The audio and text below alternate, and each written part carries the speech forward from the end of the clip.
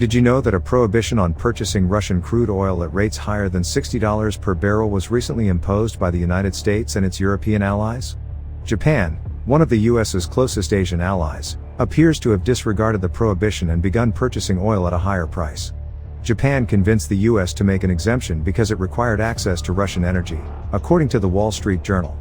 This action highlights Japan's reliance on Russia for fossil fuels, raising the possibility that this is also the reason Japan hasn't given Ukraine complete backing in its confrontation with Russia. The general public in Japan has been moving away from nuclear power in the past few years.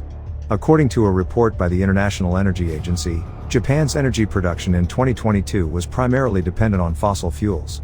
It's also important to remember that over 96% of Japan's current energy needs are met by imports from outside the country. Tokyo has set a lofty goal to become carbon neutral by 2050, which calls for a significant rise in the proportion of renewable energy in its energy mix. That being said, thermal power plants bear the brunt of this decarbonization effort. They account for about 40% of Japan's carbon emissions. 30% of the Sakhalin Oil and Gas Development Company in northeast Russia is owned by a consortium of Japanese corporations. However, Russian President Vladimir Putin unveiled a new strategy in October 2023 to oversee the Sakhalin-1 project, which ExxonMobil had previously headed. Japan decided to maintain its involvement in the project despite this modification. It was decided that Japan would be extremely vulnerable if it relied only on Middle Eastern oil. In addition, Japan's energy security would be at jeopardy if there were conflicts between Iran and the West. In 2023, Japan's imports of natural gas and oil from Russia accounted for 9% of its imports of liquefied natural gas and 4% of its imports of crude oil. Japan purchased half of the LNG produced by the Sakhalin-2 plant, which is situated in the same area as Russia.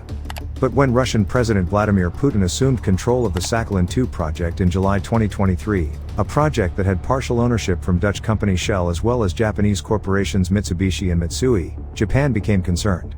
In addition, Japan has increased its purchases of Russian natural gas, whereas other European nations have decreased their reliance on Russian energy. Japan is the only G7 nation that does not supply Ukraine with deadly weaponry. Furthermore, following the Russian invasion, Prime Minister Fumio Kishida was the final member of the G7 to visit Ukraine. In May, Kishida will host the G7 conference in Hiroshima, and he has declared that his country will support Ukraine. Tokyo is similarly devoted to supporting Kyiv, yet, because to cabinet-mandated regulations, they are unable to arm them.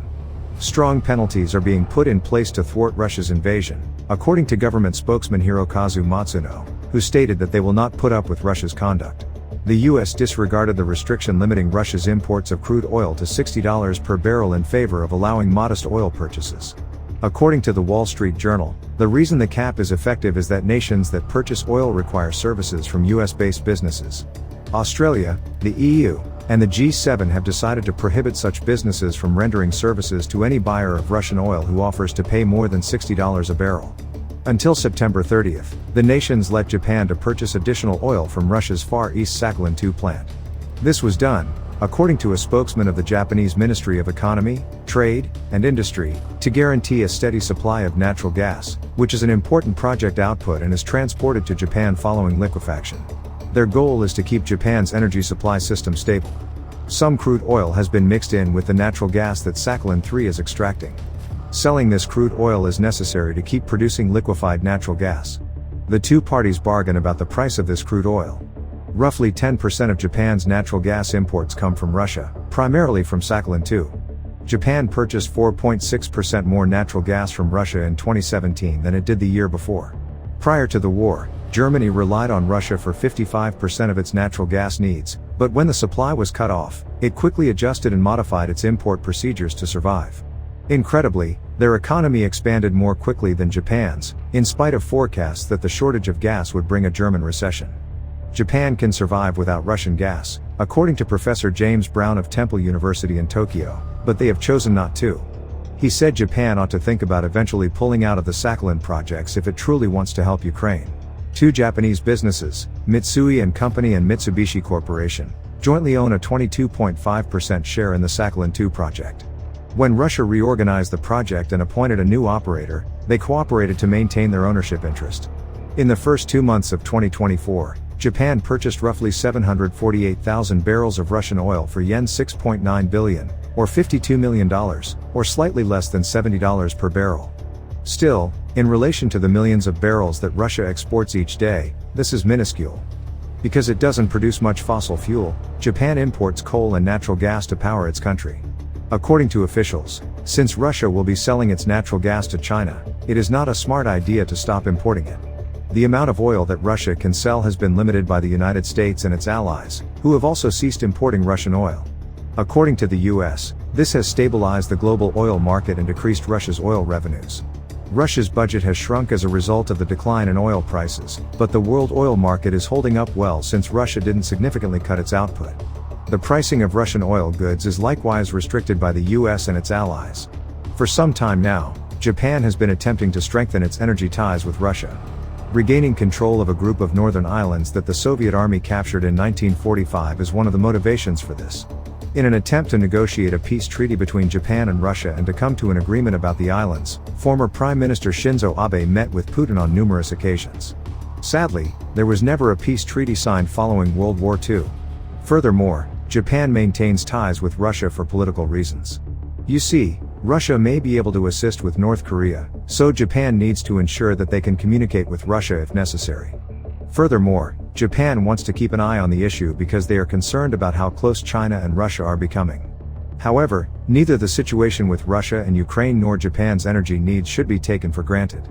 Furthermore, Japan will likely continue to buy electricity from Russia for some time to come.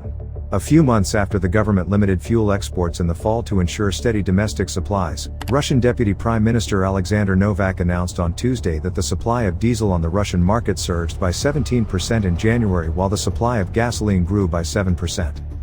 In a presentation, Russian news agency TASS quoted Novak as saying, "Measures have been taken to increase the volume of gasoline production and to reduce the export of oil products by the volumes that allowed us to increase the volume of supplies to the domestic market in January, for gasoline, by 7%, and for diesel, by 17%. Based on official figures, Russia's output of gasoline climbed by 3.1% and diesel by 3.5% at the end of the previous year. Last year, when the price of crude oil surged and the Russian ruble depreciated, Russia imposed export restrictions on September 21 in an attempt to control local fuel prices amid skyrocketing costs and shortages. In order to address a shortage of motor gasoline and diesel fuel, Russia increased the required supply amounts for these fuels prior to the ban's implementation. 3 weeks later, in early October, the diesel prohibition was repealed, provided producer supplies were directed at least 50% toward the domestic market. The majority of Russia's diesel exports, which were formerly destined for the EU, have been redirected to Turkey, the Middle East, North and West Africa, and Brazil and South America since the EU imposed a ban on the importation of Russian fuel in early February 2023. Due to Russia's limited storage capacity, which, if filled, may force refiners to lower processing rates, an extended ban on diesel shipments was not anticipated at the time by experts, who also noted that the embargo hampered those exports. In mid-November, the restriction on gasoline exports was repealed as the nation had a supply surplus. According to Novak on Tuesday, the domestic market supply of gasoline and diesel has been steady thus far in 2024. What are your thoughts on Russia and Japan partnership? Let me know down below. If you want to continue to learn about business investing and financial education, we have got this video waiting on the screen for you to check out. Don't forget to give this video a like and subscribe for more videos like this. Thank you so much for watching and I'll see you in the next one.